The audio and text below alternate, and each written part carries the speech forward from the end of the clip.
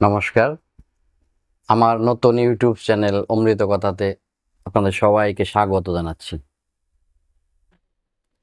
আমাদের অনেকের মনেই এরকম একটা প্রশ্ন জাগে যে গীতা পাঠ বা অন্যান্য গ্রন্থাদি পাঠ করতে গিয়ে যদি সংস্কৃত শ্লোকের উচ্চারণ শুদ্ধ না হয় তাহলে কি অপরাধ হবে?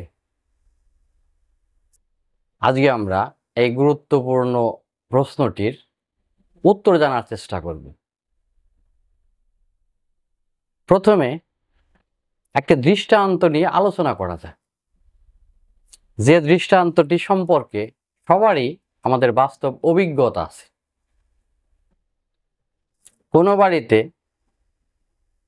যদি একটি ছোট্ট শিশু প্রথম বাবা ডাকতে শিখে বা ডাকতে চেষ্টা করে, তখন সেই শিশুটির উচ্চারণ শুদ্ধ হয় না। তবু দেখা যায় যে শিশুটির পিতা মাতা অত্যন্ত আনন্দিত হন, আনন্দে আত্মহারা হন। কেননা তার ছোট্ট সোনা তাকে ডাকতে শিখছে, ডাকতে চেষ্টা করছে।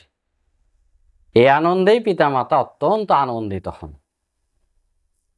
সন্তানের সেই অশুদ্ধ উচ্চারণের দিকে তাদের মন যায় না, তাদের মন সেই বাবা ডাকের দিকেই থাকে। এতেই তারা আনন্দিত হন, গর্বিত হন। আর গীতাতে বলা হলো শ্রীকৃষ্ণ প্রীত্যর্থে পাঠে বিনিয়োগ, অর্থাৎ ভগবান শ্রীকৃষ্ণের প্রীতির উদ্দেশ্যে, তার সন্তুষ্টির জন্য, তার খুশির জন্য আমরা পাঠে নিয়োজিত হই, আমরা পাঠ করি। সেক্ষেত্রে যদি আমাদের কিছু ভুল ত্রুটি হয়ও, তো ভগবান শ্রীকৃষ্ণ অবশ্যই সেটা ক্ষমা করে দেবেন। কেননা তিনি তো জগৎ পিতা। তিনি আনন্দিত হবেন এই ভেবে যে আমার সন্তানগণ, আমার ভক্ত আমাকে ডাকতে শিখছে, চেষ্টা করছে। কেননা ভগবান তো ভাবগ্রাহী, তিনি ভক্তের ভাব গ্রহণ করেন। ভক্তের কর্ম এবং শব্দের চেয়ে ভাবই তার নিকট প্রিয়। আমাদের মহাপ্রভু গৌরাঙ্গ মহাপ্রভুর একটি ঘটনা থেকে এই প্রশ্নটির উত্তর অনায়াসেই পাওয়া যেতে পারে। মহাপ্রভু তখন দক্ষিণ ভারত সফর করছিলেন। সেইখানকার ঘটনা এটা। মহাপ্রভুর এক ভক্ত প্রতিদিন গীতা পাঠ করতেন, কিন্তু তার পাঠ শুদ্ধ হতো না, উচ্চারণ ভুল হতো। কিন্তু তিনি পাঠ করতে করতে এমন তন্ময় হতেন, বিভোর হতেন যে তিনি কাঁদতেন। এই নিয়ে কোনো একজন মহাপ্রভুর কাছে অভিযোগ জানালেন। বললেন, দেখুন প্রভু, লোকটি কি কপট, কি ভণ্ড। একে তো পাঠ শুদ্ধ হয় না, তারপর আবার কাঁদে। মহাপ্রভু লোকটিকে ডেকে নিলেন এবং জিজ্ঞেস করলেন, তুমি যে গীতা পাঠ করো তার অর্থ বুঝতে পারো তো? লোকটি হাত জোড় করে বললেন, না প্রভু, আমি বুঝতে পারিনি, কিন্তু আমি এইটুকু বুঝতে পারি যে আমার পাঠ শুদ্ধ হয় না। মহাপ্রভু বললেন, তাহলে কাঁদো কেন?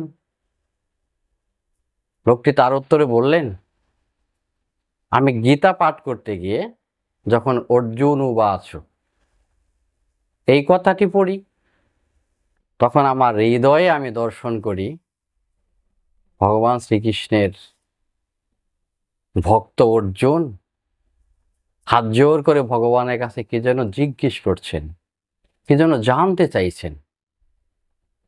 আর যখন ভগবান উবাচ পড়ি, তখন আমি দেখি পরম করুণাময় আমার ভগবান শ্রীকৃষ্ণ তার ভক্তের সেই প্রশ্নের উত্তর দিচ্ছেন, অর্জুনকে বোঝাচ্ছেন।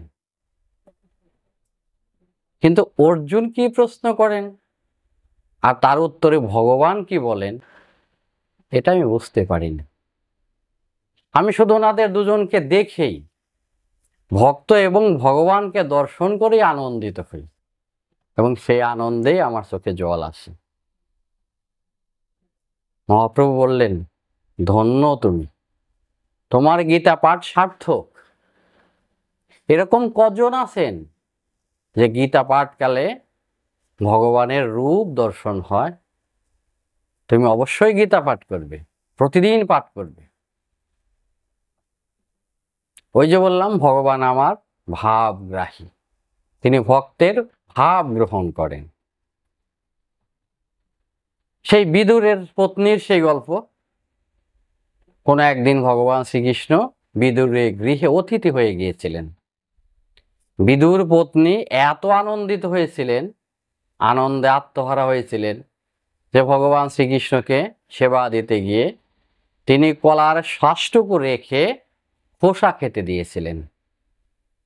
আর ভগবান তা সে আনন্দ সহকারেই বিদুর পত্নী সেই কলার খোসা গ্রহণ করেছিলেন। ভগবান শ্রীকৃষ্ণ এখানে বিদুর পত্নীর দোষ ধরেননি, তিনি কর্ম লক্ষ্য করেননি, তিনি লক্ষ্য করেছিলেন বিদুর পত্নীর মনের ভাব। আর একজন মাতা সবরী, তিনি ভগবান রামচন্দ্রকে উচ্ছিষ্ট ফল খেতে দিয়েছিলেন, নিজের খাওয়া ফল খেতে দিয়েছিলেন। আর ভগবান রামচন্দ্র সেই ফল তৃপ্তি সহকারে সেবন করেছিলেন। শুধু তাই নয়, তিনি প্রশংসা করেছিলেন, মাতা সবরীর ভোজনের অত্যন্ত প্রশংসা করেছিলেন। রামচন্দ্র মাতা সবরীর দোষ দেখেননি, কেননা মাতা সবরী চেয়েছিলেন ভগবানকে ভালো ফল খাওয়াতে, এজন্য তিনি নিজে খেয়ে পরীক্ষা করছিলেন। তাই তো আমরা গ্রন্থাদি পাঠ করব। যেহেতু সংস্কৃত আমাদের মাতৃভাষা নয়, সেখানে ভুল হতে পারে, হওয়াটা স্বাভাবিক। আমরা চেষ্টা করব যতটুকু সম্ভব শুদ্ধ করে, শুদ্ধ উচ্চারণে গ্রন্থাদি পাঠ করতে। তারপরেও যদি কিছু ভুল ত্রুটি হয়, আমাদের শেষ পর্যন্ত তো ক্ষমা প্রার্থনার মন্ত্র সবারই জানা আছে। ওম ইয়ৎ অক্ষরম পরিভ্রষ্টং মাত্রাহীনং চ ইয়ৎ ভবেৎ পূর্ণং ভবত তৎ সর্বং তৎপ্রসাদাৎ জনার্দনে।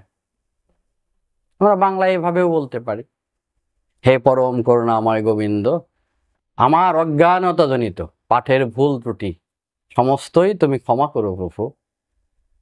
তোমার কৃপাতে পাঠের অসম্পূর্ণ সমস্ত কিছুই পূর্ণ হোক।